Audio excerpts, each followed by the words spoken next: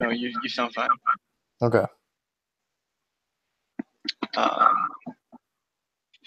Do you think that there's anything you're doing that could lead to an echo of sort? That I'm doing? Oh. Yeah, it could just be me, but I don't know if your No. mic is close Shit. to your. I didn't grab my headphones. I was gonna let it play through the laptop, but that's gonna fucking double because it's gonna catch it through the microphone. Yeah, Shit. yeah, it is. I'll go get my headphones. I didn't think that through until now.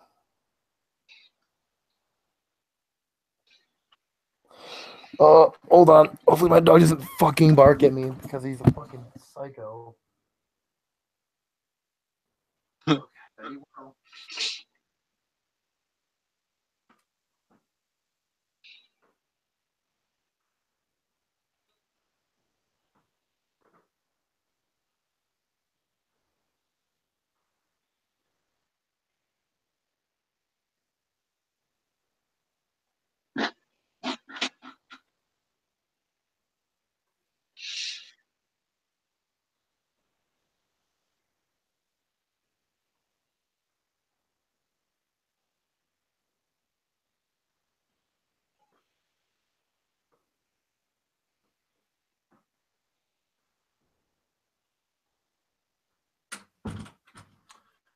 Okay. Are you there? Yep. All right. Well, you're not through the headphones quite yet. Turn on Bluetooth there. Turn on Bluetooth here. Bluetooth is off. I literally cannot believe Erik Karlsson had 15 shots plus blocks. Hello? Yo. All right. I don't hear myself anymore. Oh wait, no, I don't. Yeah, now I do. Why isn't this working? Connect. I just clicked connect. Penis. All right. There we go. There we go. All right. Perfect. Karlsson had 15 shots plus blocks last game. That outdoor game against Montreal, wild. Oh. You muted yourself? You are. Hello? Yep. Okay. No, my microphone came unplugged and I plugged it back in, and then I guess when I unplugged it, muted right away. Yeah. So you heard me. Karlsson had 15 shots blocks last game. Fucking. Yes, I heard. All right. Let's give her some silence and hit the road.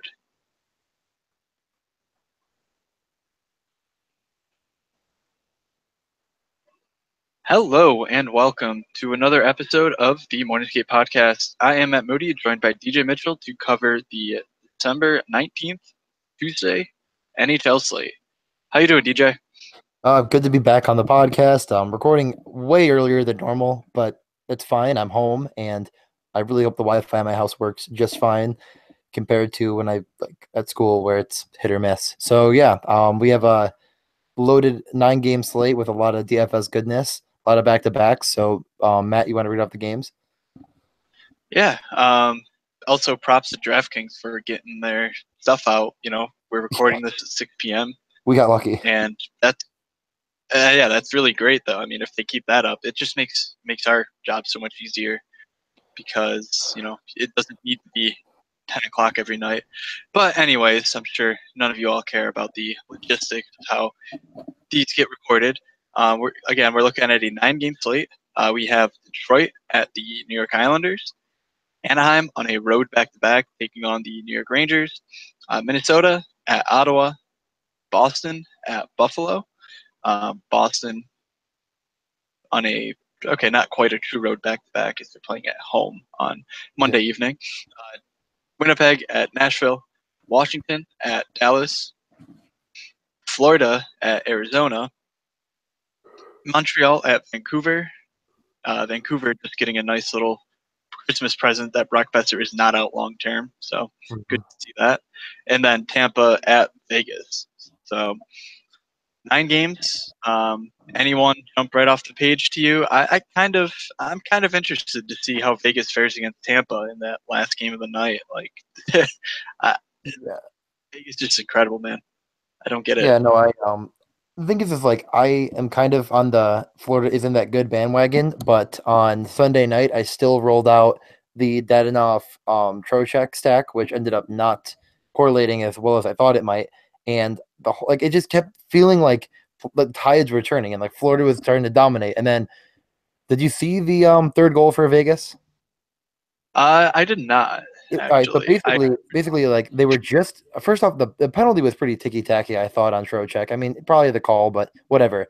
The penalty's just ending, and Marches so just throws the puck towards the net. It's going wide, and just the perfect tip by Howlett over the shoulder of I think it was Reimer in that. And Yeah, I did see that. I yeah, did. it was just the perfect like first off, I don't know how I don't know who was defending there, but how they didn't somewhat step up and try to take Howell on that play. Like they just like watched him tip it in. And then like after that, it seemed like Florida was just scrambling to create a good chance. And I do feel like the one thing about Vegas is they can control a lead pretty well because they have so much depth and on defense that like they don't mind rolling all six of them and they're not that tired and they're not like I don't know. I feel like there might be something to that, but we can just get into this slate and get to them when we get to them. But it was Yeah, I very mean, tilting they to are. watch Vegas, They who I thought are. was going to fall apart. Just they buried my lineup. I mean, my lineup was in eighth place, and then Vegas scores 3 goals. It's just like, oh, bye. down to I think I ended up in the 40th. Still a good night. Just man, I had a chance for gold with a dead and off goal. All right. So Saturday night, or actually Sunday night, he'll decide. Let's start with the Islanders facing the Detroit Red Wings. I mean, it's not very often that I'm ever looking at these Detroit guys, but against the Islanders, who do play a pretty up-paced style, they've given up their fair share of huge games against. Are you trying to jump on any of these Red Wings guys, or are you mainly just the Islanders for you? Like I'm looking at the Tatar at 3.9 and just saying like, that's Yeah, possible. yeah, and I did see that the Red Wings ran like power play units in practice, and Tatar was with Nyquist, Zetterberg, Ablocator, and Cromwell. First off, Cromwell question mark, and then the second unit, which they're both kind of like 1A, 1B. Athanasiou, Larkin, Mantha, Frick, and Green.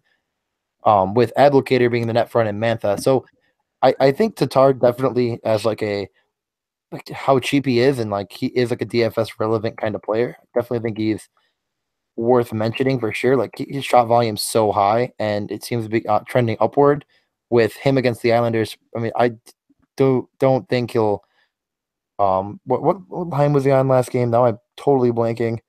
They haven't played, yeah, they haven't played since the Toronto game, so that's why I'm kind of like scrambling. Yeah, he was with Larkin and Mantha. Do you think that line will see Tavares or the Zetterberg line? Probably more likely. Mm, Uh, you know, I don't really. I'm not sure that they're using Tavares in the same way they have the past few seasons. Like, have rolled their lines at home. I think that's what someone like Matthew Barzell has really done for this team. That's been an overall observation. And as I was saying that, I click on last game. If you want to take an exercise in what rolling your lines look like, go to the Kings at Islanders from Saturday. Um, that is like the definition of rolling your lines, and that's really what I've noticed in watching them. That it it's simply not a matter of who's matching up against who. It's just that they now have lines all over the ice that they trust, up and down the lineup. So um, I don't really think line matching is a big deal here. So that's why I'm kind of interested in Tatar. Like he's so deep. We know he's a guy who can be fantasy relevant, and he's a shooter. I mean, he's not like an elite shooter or anything, but for 3,900 with the first power play role, I certainly think that he is a very good way to save some money and probably my only guy on Detroit that I have much interest in. But I do think he's a pretty strong play off the start. Yeah, I definitely think he's the cheap option there. I mean, I'm always interested in Tavares on the other end. Um, but let's just say you were going to go Tavares. You want to go with that top line, top power play. Who would you stack him with? Um, I mean, it's really tough for me now because they are pretty expensive, but I think it would still be Anders Lee. Um, you know, I just I don't really buy that Josh Bailey is someone that I'm willing to pay 6,000 for. I'm not quite sold on Lee either, but at least Lee like historically has a little bit better of a shot floor. So that's really the only reason I would say Anders Lee. But I think that with Tavares, like not that much more expensive than them. If you're looking for a one-off play from that line, you probably should just play Tavares and not his line mates, given that almost everything will end up filtering through Tavares anyways.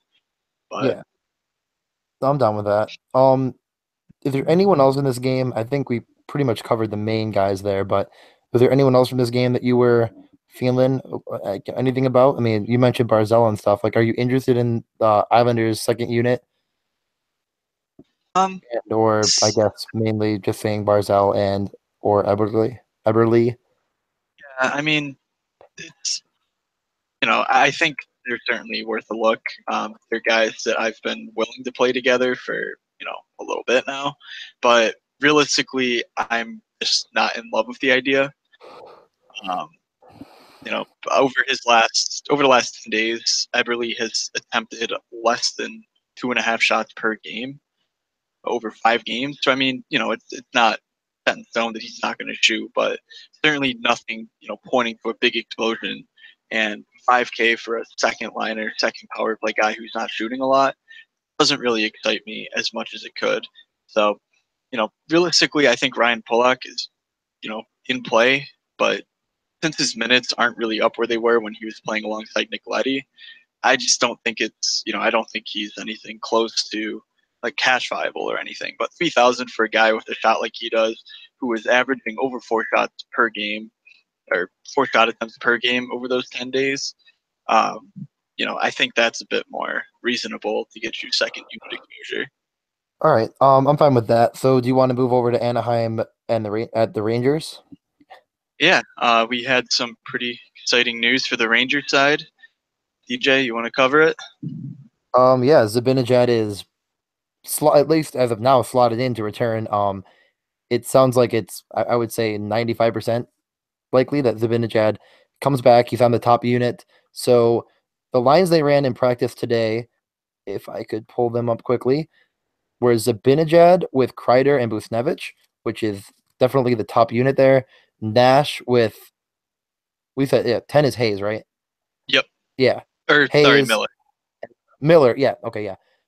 Nash, Miller, and Zuccarello, and then Grabner, Hayes, and Jesper Fast. So Yep. really those top two lines are where you're going to get some interest. Also, VC down to the fourth line. I know I've mentioned him as like a pivot play in the past for a cheap guy, but at 3,100 on the fourth line, I'm not interested.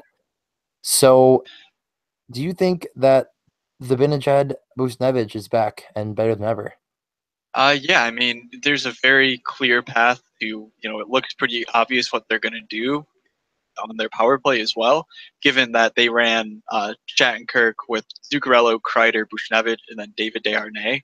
Desharnais pretty almost certainly is going to slide off of that unit, and Benedad will just replace him. So, I don't think anyone was going to play David Desharnais anyways. But what that means is that you're going to get that first line of Benedad, Kreider, and Buchnevich all on the same line. And, you know, I I assume that they'll be somewhat popular given that Anaheim is on a back to back. Vegas will almost certainly have the Rangers as one of the highest team projections of the slate.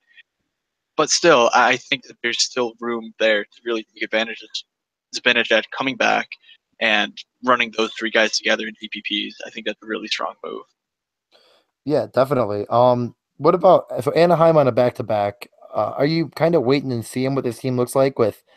I mean, it feels like every time Anaheim's on the slate, they have a different team they're rolling out. You know what I mean? Like one day Yeah, we're I like mean, every single player is injured, so who knows? And now like Getzlav is back. You know, they traded for Adam Enrique, who is facing his former New Jersey Devils tonight. But I mean, is there any? yeah, interest in the other side from you. I mean, they're really just teasing me, putting Brandon Montour at 3.5 against a team in the Rangers that certainly hasn't, they're susceptible to giving up fantasy points. But unfortunately, even Montour at 3.5, he's just not getting the power play time now. With Getzlaf back with a relatively healthy squad, they are just rolling 4 forwards and 1 defenseman. And that 1 defenseman, whatever, rightly so probably, is Cam Fowler. So, I mean, Cam Fowler at 4,000 is still too low, in my opinion. You know, I don't really get why he's that cheap. You look at his last couple games, and he's put up an assist, gotten a few blocked shots, and he's gone down 600 in price. So, I think that you could really make an argument, given their prices all being quite low. Rickard Rakell, 5.2. I think there's a price argument to be made here, but certainly from a cash perspective, I do not see myself playing, 2 or 3 Ducks, but I think one makes sense. No, I totally agree. I mean, I'm probably gonna reserve most of my opinion after I see what the Ducks do tonight. I mean, it's definitely a team that, like, as they're getting healthier, there's gonna be a lot of changes, just kind of figuring things out again almost. I mean, so I don't like to take any really strong takes until I know what they're gonna do. Last game they only had like 30 seconds of power play time before they scored, so I don't even know what the units are anymore with all these players coming back. But one guy that I'm always interested in, if he's getting a big enough role, is Andre Kasha. That's correct, right? It's Kasha. Yep. He just hasn't been getting the role that I feel like he deserves, but he has a really nice shot and definitely at 3-3 could do worse. But until I see him on a power play unit in general, I'm definitely going to be, waiting it out. Just kind of a really cheap pivot option that I think could be in consideration tomorrow. But yeah, I definitely agree with the whole Rangers line 1 kind of coming back together and having a good game against a back-to-back Ducks team who still are pretty banged up at best. Yeah, so I guess last note on this, looking at the last 10 days, as I often do, and the shot attempts per game over that span, Rickard Rakell, the only players with more shot attempts per game, over that sample ranging from 4 to 6 games per team. The only forward that he is basically lower than is Arvidsson, Trocheck, Tarasenko, and Patrice Bergeron. So, I mean, that's pretty elite company for 5.2. There's certainly worse ways to spend that money, even on a back-to-back, even on a kind of tough road matchup. Just he's super cheap, so I think he's cash viable. Would not look anywhere else personally. But let's go to Minnesota, Ottawa. Erik Karlsson just continues to troll. I don't know what to. I just don't know what to do anymore. I mean, I rode him for what felt like weeks, and he was fine. He put up 2.5, 3 points every night, but it was just so much worse than I could have done at the position. By saving some money and getting a guy who scored better. Jump off of him for an outdoor game. Like, we don't know what's going to happen. It's super cold. Like, guy goes out there, plays 33 minutes, blocks 8 shots, 7 shots on goal, and picks up an assist, almost hits 10 DraftKings points. And I'm left holding the bag because I played him for the 3 weeks prior to that. So, I mean, are you going back to the well? It seems like Ottawa's on a pretty prolonged homestand now. And maybe their struggles are behind them, given that they were on a 7-game road trip before for the dream. So what do you think?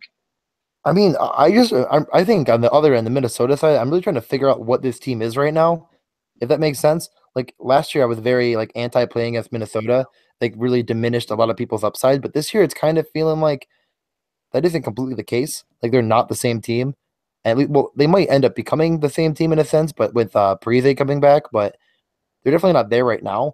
So I don't mind taking some Ottawa tomorrow at home. I mean, this is a team that has a lot of talent and a ton of I would say, reason to perform around them, if that makes sense, with the whole owner thing. Like maybe we're gonna move, like all that stuff. You know what I'm talking about? Right. Yeah. It'd be a big Yeah. I think narrative that type makes. of game. I mean, that really isn't great DFS insight, I guess, but I do think a Carlson Hoffman stack is definitely in play. Another note I heard on the Dmitry Filipovich podcast about Stone was that he is one of the best defensive wingers. and like noticeably, like I think he led the NHL in Mhm. turnovers last year or takeaways, I guess if you want to call it that. And he's also like leading the NHL again for forwards and takeaways. So like there could be something to trying to stay away from Mark Stone, to keep an eye on later, and Peugeot a bit too. I know he's always kind of been there. So I think that well, we're probably not going to have any concrete news on what line Stone will go against. And But I don't know if even I love the Minnesota side tomorrow, and I really think that I'm gonna look to the Hoffman Carlson stack for sure. Hoffman's too cheap. trying to predict what Guy Boucher is going to do with his lines, let alone how he's going to deploy them, is just an exercise in futility. In general, I don't really target Ottawa that much, just given, if they play their system the way that's designed, they're really actually, um, obviously that things happen, that can change, but big fan. Interestingly, Vegas has this as a straight up pick 'em right now. So, 24 hours in advance, a lot can change. But I probably would have suspected that Minnesota would be favored given. But I guess Minnesota's had their problems of their own. So, one guy I think worth keeping an eye on still is Matt Dumba. Even with Virgin back, Dumba's still up with Suter and he's still playing the first power play. It's just ridiculously hot right now. So, Yeah. I think that he's in play, but definitely not someone that I'm like making efforts to jam in. I do think Mike Hoffman is just ridiculously priced at 5.3. That's to attack the slate, going for those guys who are normally 6,000 in, Raquel Hoffman. I'm sure we'll stumble across a couple that we just feel are too cheap, and then just to fill in elsewhere if your top plays. So, Yeah. anything Ready else to from you? move on? No, I'm good. I mean, I really don't think there's any need to go from what you said. So yeah, let's go Boston at Buffalo. Boston on a back to back in Buffalo. So as Sabres fans, Jack Eichel is God, and last game he might have had the best game of anyone all season. I mean, it's got to be right. Fantasy point Um, wise, has anyone well, topped let's 18.5? I mean, can you check that at quick? what land? Yeah, Wait, I mean, I don't know how to check it. I guess it's yeah, not I don't like know a either. I don't. I fantasy guess if points per you, pot. But Landeskog just had a hat trick and 2 assists last game, so ooh, see if that was well, higher. I'll check that real fast while you talk about anything you want from this game. So yeah, I mean, Eichel did ridiculous things against the Hurricanes. Put up 11 shots on goal, scored 3 of them. Just insane. I mean, it really. I guess if the Sabres went 0-82 and Jack Eichel did that 10 times this season, I would not care. Um, you know, I guess against his hometown team, whatever. I still think his price makes him a reasonable DFS play. Um, nothing special. I don't think I would play him in cash, but certainly he's up on that level in terms of his point equity. Like he's just a phenomenal player, and quite frankly, is the only Buffalo Sabre that I'm really interested in rostering from here on out. Um, maybe if the exception being Ryan O'Reilly, just given that his price is below 5K and the minutes that he plays makes all of his mediocre rate stats a pretty strong stat for the minutes that he plays for the price that he's at. Yeah, just back to what I was saying, Eichel did have one more point than Landeskog's 5-point effort, so those 11 shots on goal definitely paid dividends. Yeah, this game overall for me feels like a fade, I guess. I don't really think I'll have any of it in GPPs. Boston on a back-to-back will probably slow the pace. Buffalo's been slowing the pace all season long. Eichel, one guy that The difference between uh, slowing the pace and being unable to sustain a pace, which is what okay, the Sabres. that might be a better way of putting it. They're unable to produce pace because they're bad, and I could like really run into why I think.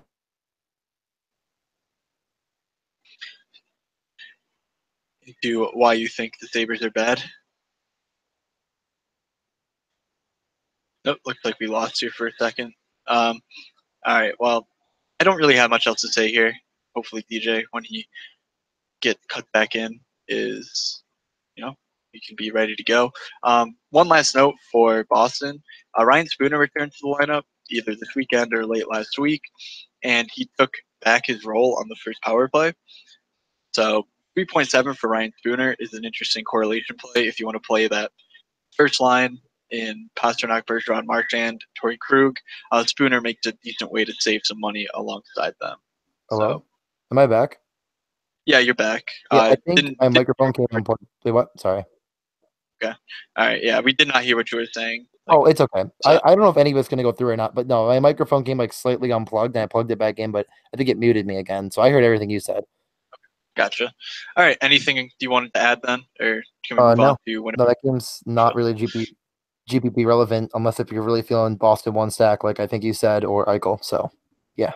All right. Winnipeg at Nashville. Other than the Vegas Tampa game, this game actually has like slightly highest implied or sorry over under, given that the over is favored on 5.5, which I don't think any of these games are like they don't have lines posted for Anaheim Rangers. I'm not seeing anything for Detroit Islanders right now. I would expect those to be up there. But given what we're looking at, I mean, it's kind of interesting that this is like the slightly projected highest base game by Vegas, other than Vegas Tampa, because I look around and I'm not really sure what I like. I like what Josh Morrissey's doing. I like what his price is at, but can you really designate a DFS roster spot to a guy who's not playing power play time, despite a pretty strong minutes floor and overall skill combination? I don't know. Um, so anything that you're liking here, do you just look at Oh, guys like Arvidsson or Yossi or something like that, them as well? well, I was trying to pull up Nashville. Have they not played in the past couple? Oh, there they are. They played against the Calgary game. Now I'm finding. Okay, sorry. I was really struggling to like find the right game. So yeah, the last game we saw Benino, Johansson, and Arvidsson, which I think is really, really weird. I like Benino's not in play at all. That's not really what I was trying to get to there. I'm more trying to say that it feels like there's a lot of one-off plays from Nashville. Like Arvidsson would be kind of be a one-off. Like Forsberg with Jan Krok and Aberg, he's more of a one-off play. The only kind of two pairings that like made somewhat of sense would be like a Smith and Fiala, I guess. But they were Yeah, not I in really power play unit. So unless if you want to go with like a defenseman, like a Subban Forsberg or a Subban Arvidsson, it feels really weird to stack Nashville and get like a lot of good correlation. On the Winnipeg side, I mean they just shut out St. Louis Blues. Like their defense looks pretty good still without Bufflin, so I really don't want to target them too heavily. I do think there'll be a fair number of shots in the game, but like Morrissey, Trouba, like you mentioned, like you're a pretty freaking good unit. I'd say so.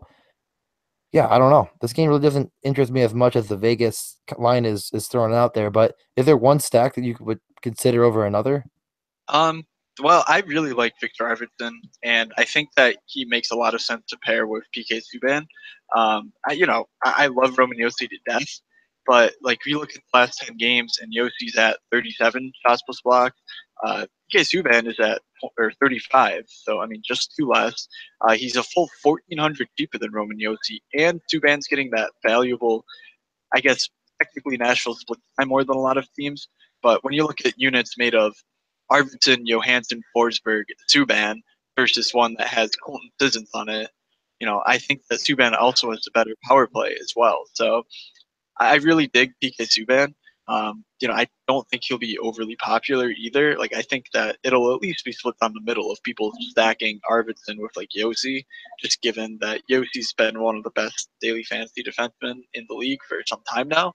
But I think that Subban is an actually better play than Yossi. So I think that's kind of like a place that I'm really interested in going, and a nice little home matchup for PK Subban. Yeah, no, I love PK Subban.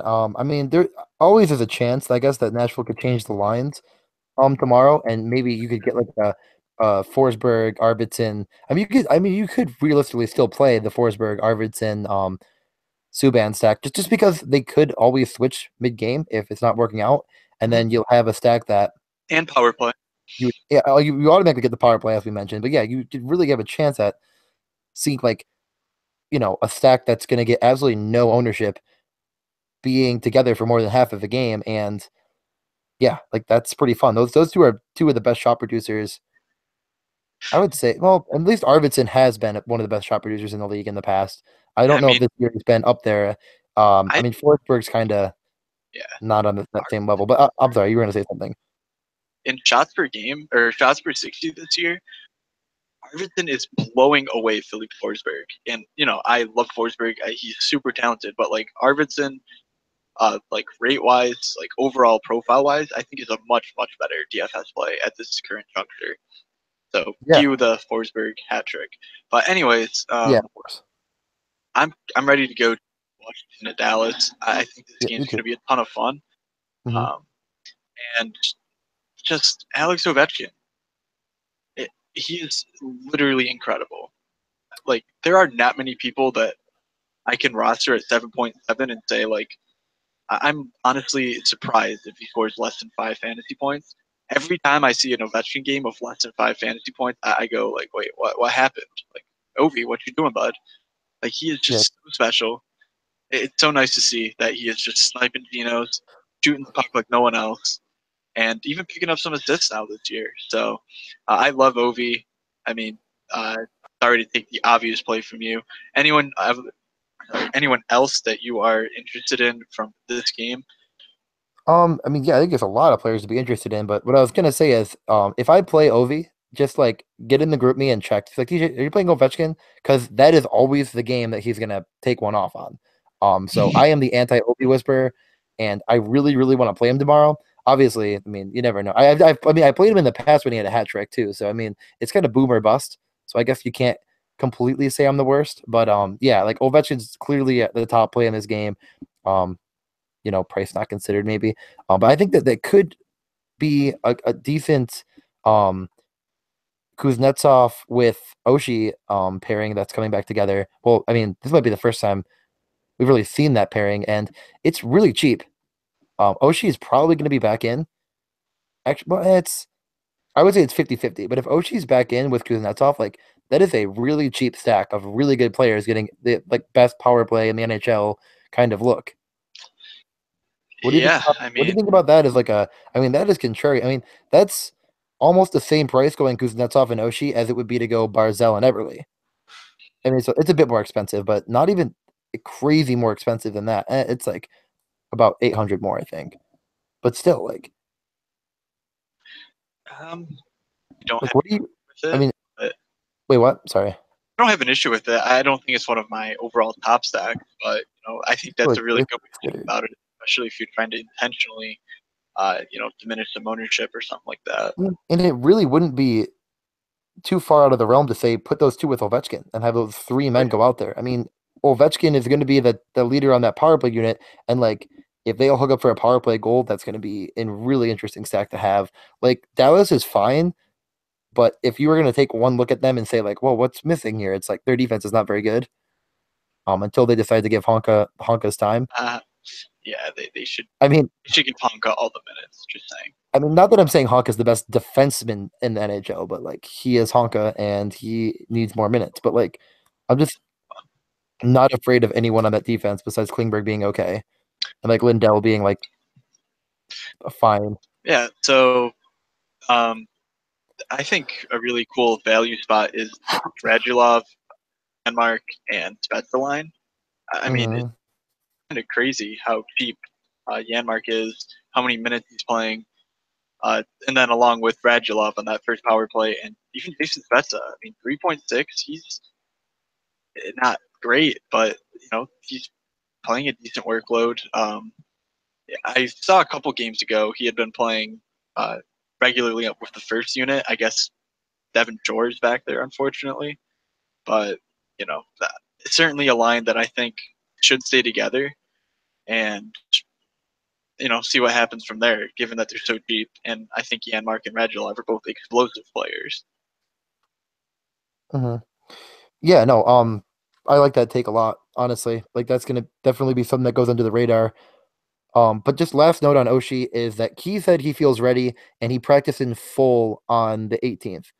Just to let Oh, everyone know about the Oshie news, just yeah. the last second there. You covered Dallas pretty well. I haven't heard anything really on them. I mean, with Dallas, it's like, So do you want to spend all the money on Ben Sagan, or do you want to go with that second unit, which I think is definitely a sharp idea. So yeah, yeah, we can go on to the next unit unless there's anything else. I know.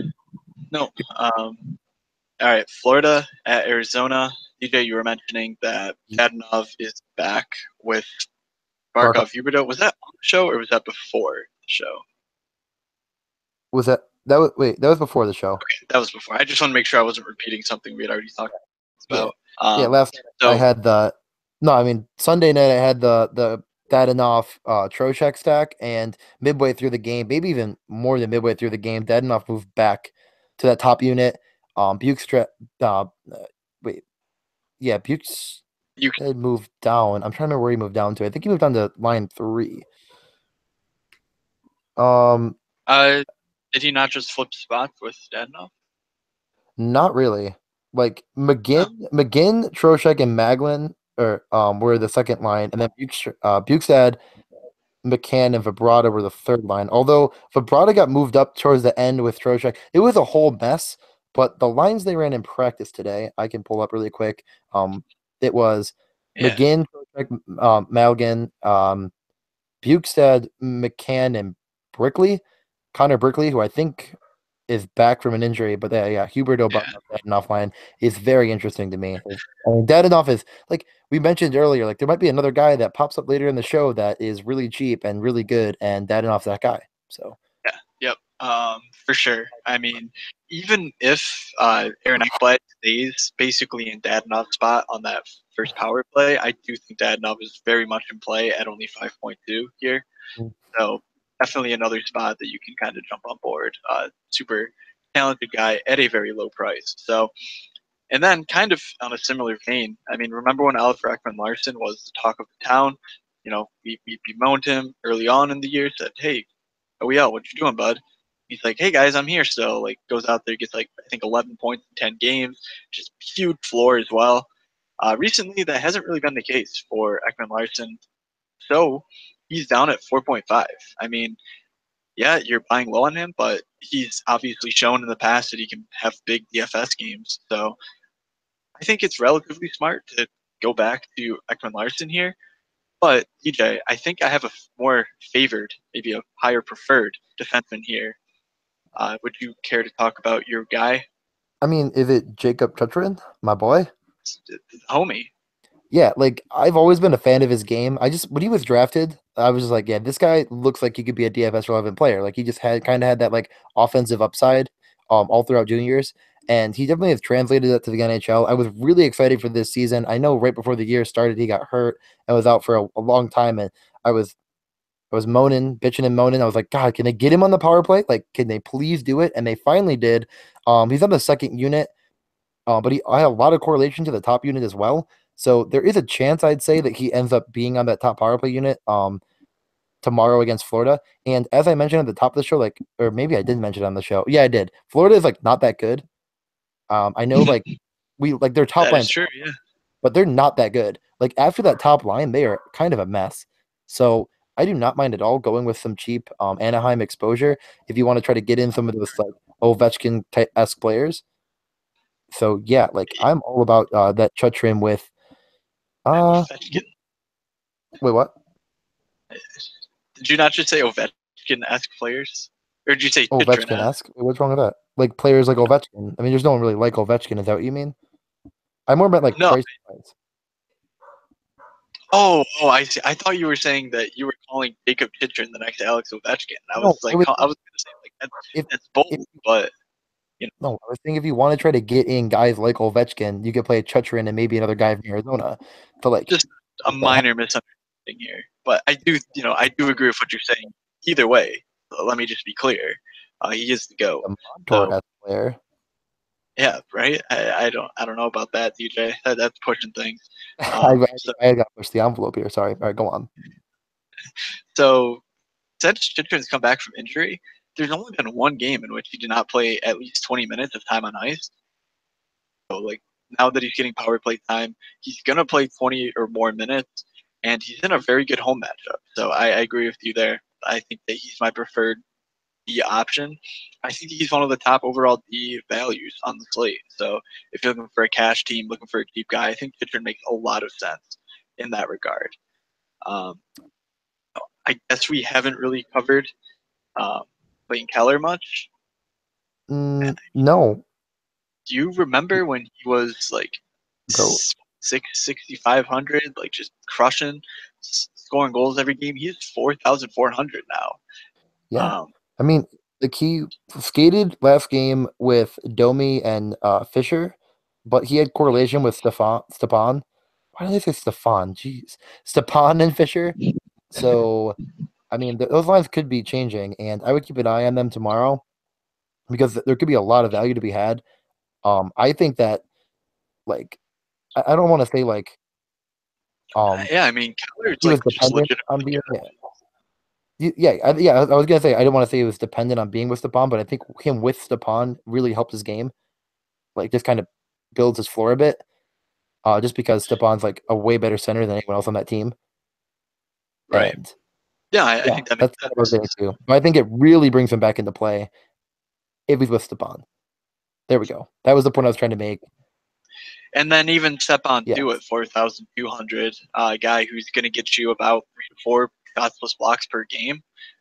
So I certainly never hate getting guys like that play Yeah. premier roles at special teams as well. So, a Oh, lot of value here on the Arizona side that I think you would be, I think it'd be well worth your time to take a look and see if you're interested in any of them at their prices.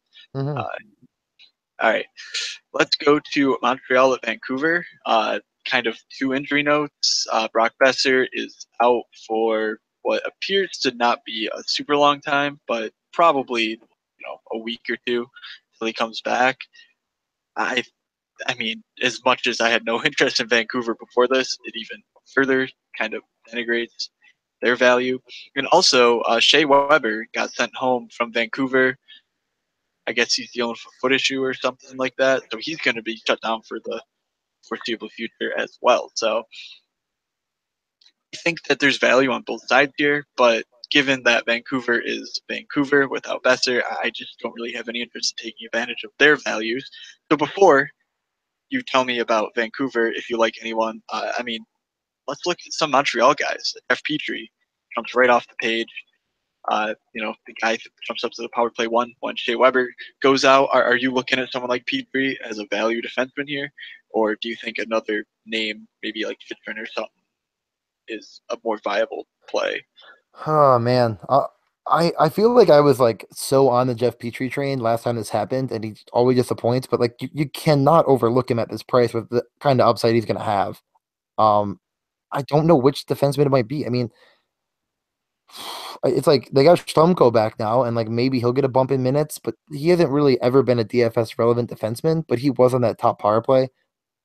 Check if I'm sorry, I was honestly just changing one of my lineups because Oh, of some news, so I really wasn't paying that much attention. I was trying to get back to yeah. hey, what was the news, DJ?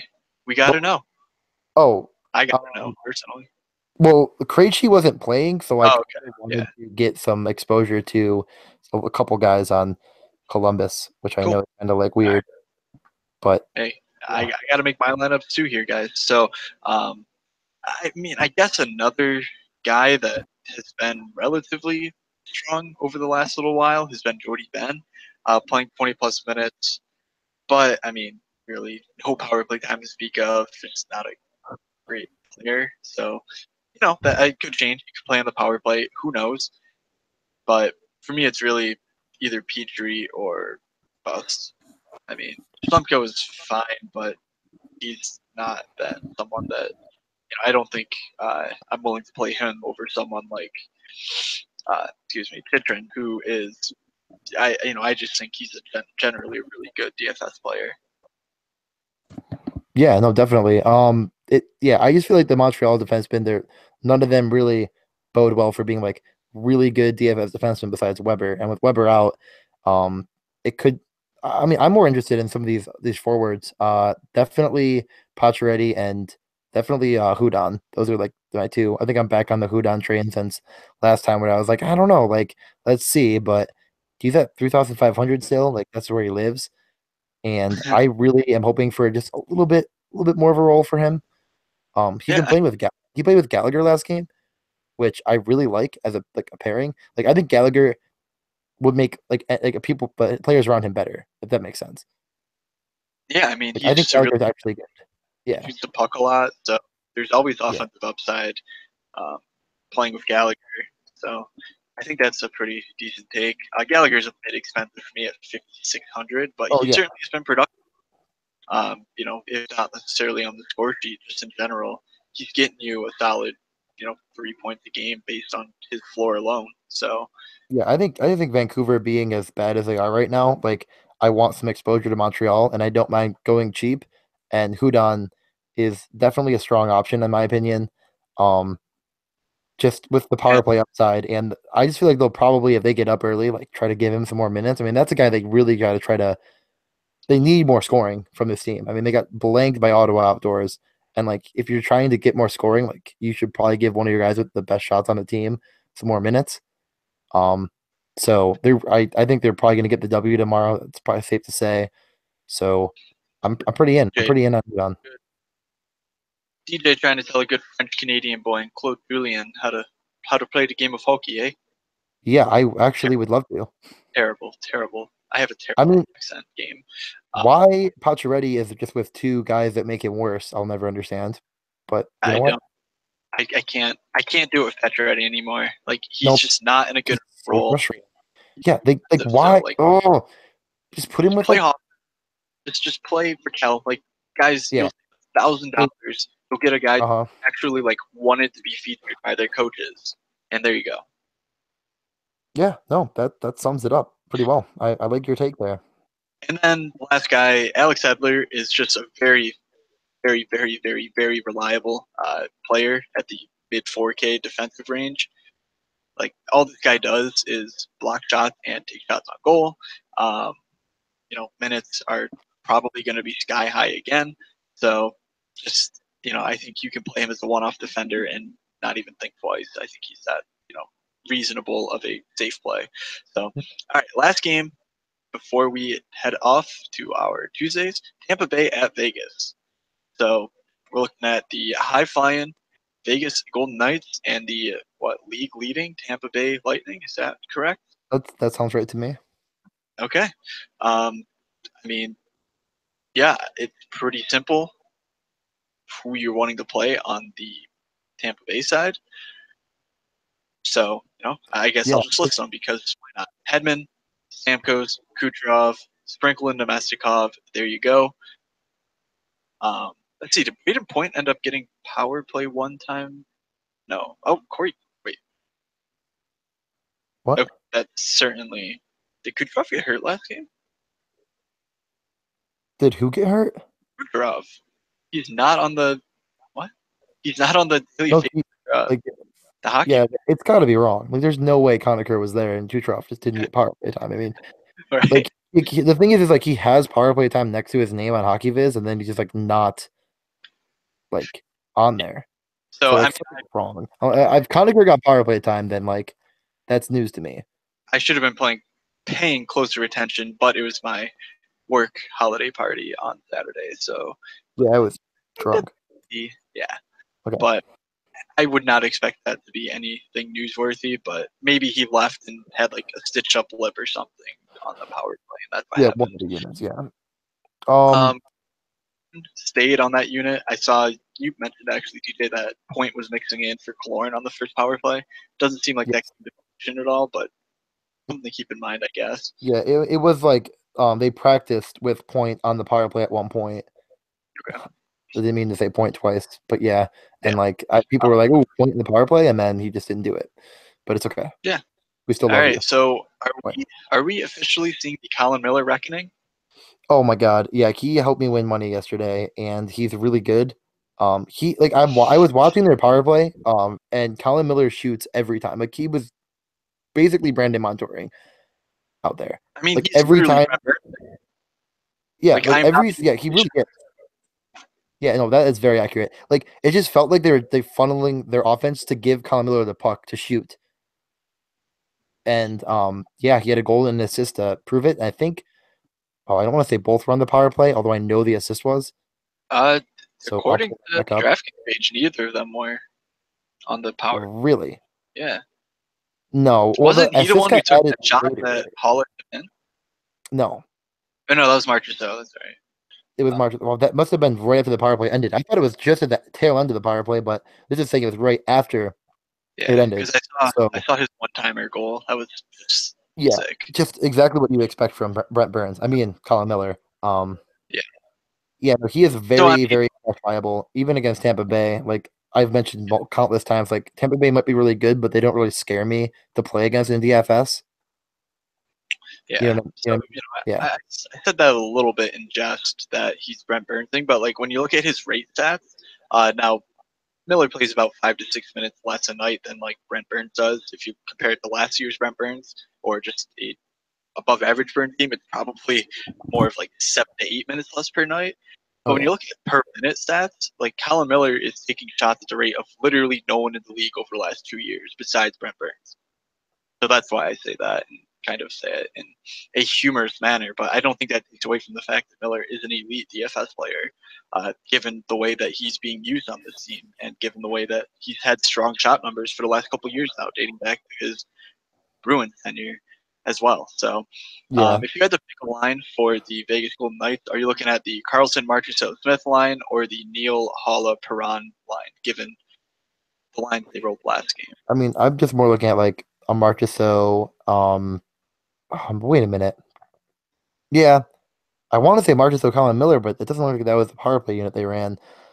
Oh, God, I don't know. I just like Marchessault the most out of anyone in this like I mean not in this game, but anyone on Vegas. Like he's just been the most consistent by far, kind of shot producer, and I think he's actually like pretty talented. Yep. Although I don't know, I don't really know if I mean I wouldn't mind putting him with Smith. I wouldn't hate it, but it's not really my favorite thing. I don't love Riley Smith as a DFS player. He's kind of boom or bust. But Gotcha. what do you think? Uh, I'm probably leaning towards Marcus O'Reilly Smith.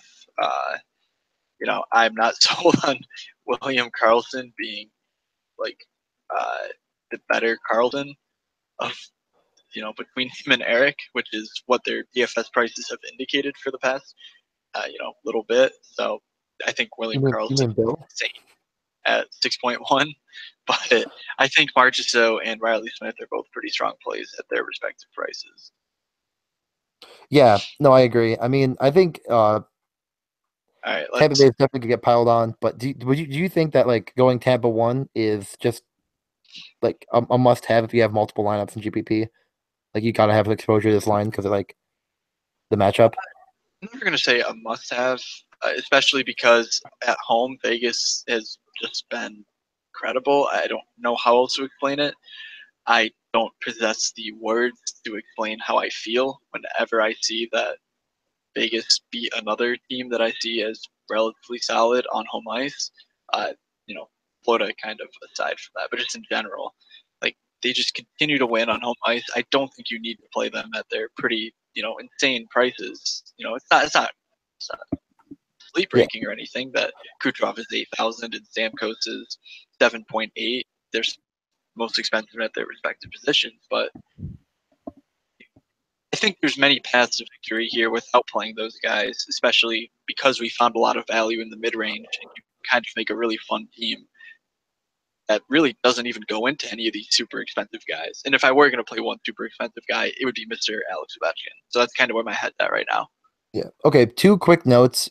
Just things from the slate that we didn't get to because well, we didn't say because they weren't relevant at the time we were talking about the teams. Krejci is ruled out tomorrow against Buffalo.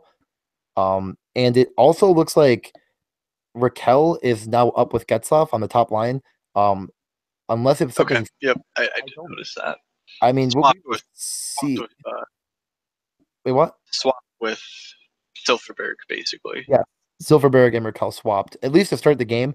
I don't know if that's because they wanted to get Henrique out there, but I don't know why they wouldn't just put Henrique and Raquel out there. So like, I'm guessing that's actually like what's going to happen.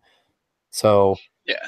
yep, it does look like there is like that full on Getzloff Raquel thing. So Full out.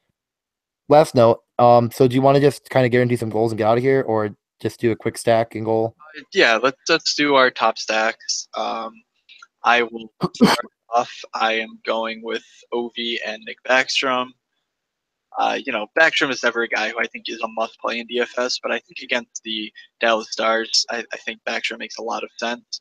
You stack with Ovechkin and just let their magic happen. You have a kind of expensive stack, or do you want me to give another, I guess 3 stacks, so another I was 2 actually stacks. gonna say go Ovechkin, Kuznetsov, Oshie, like those three instead of yours. All Um, right.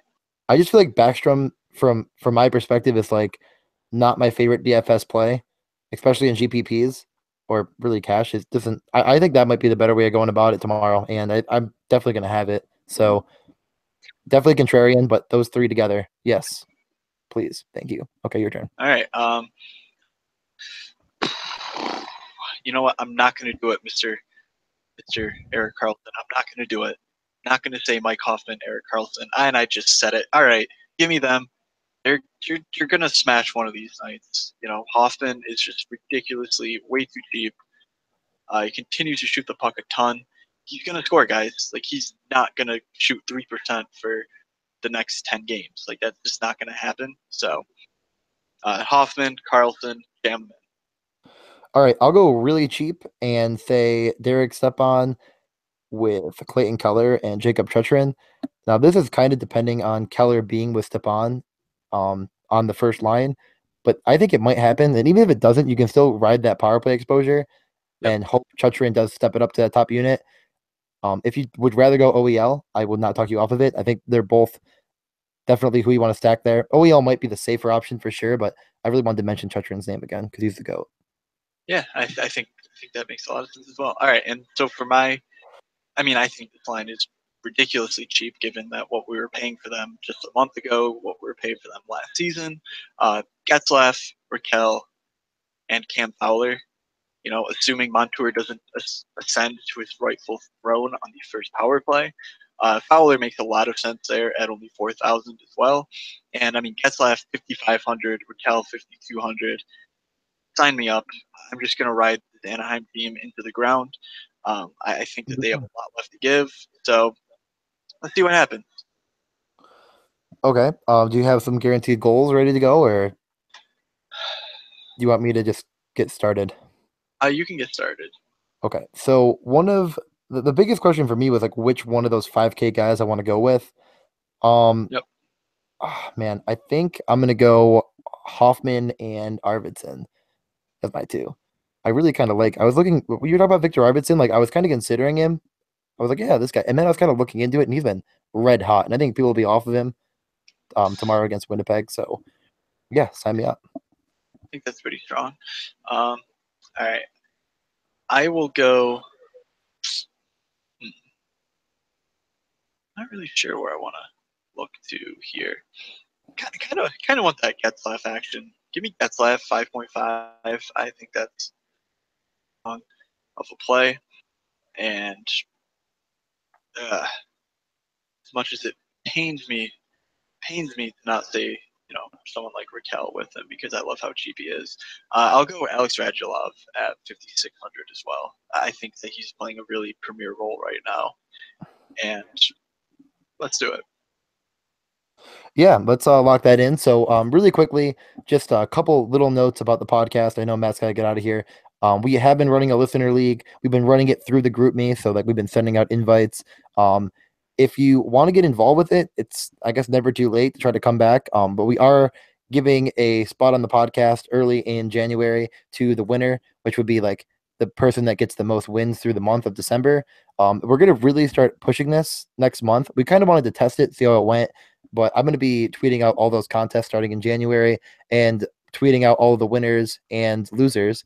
I'm not sure exactly what we're going to do for the loser yet. We planned on doing like a little sing along that they have to do or something, but maybe that can be tweaked. So please get in the GroupMe. Like people are constantly winning, constantly tilting as well, which is always fun. And just all around, like sharing a lot of DFS relevant news. Like I don't miss anything because, well, I do a lot of research and also like those guys definitely key me in on a lot of stuff. So join the GroupMe. Like it's free and you just get all this good information for free.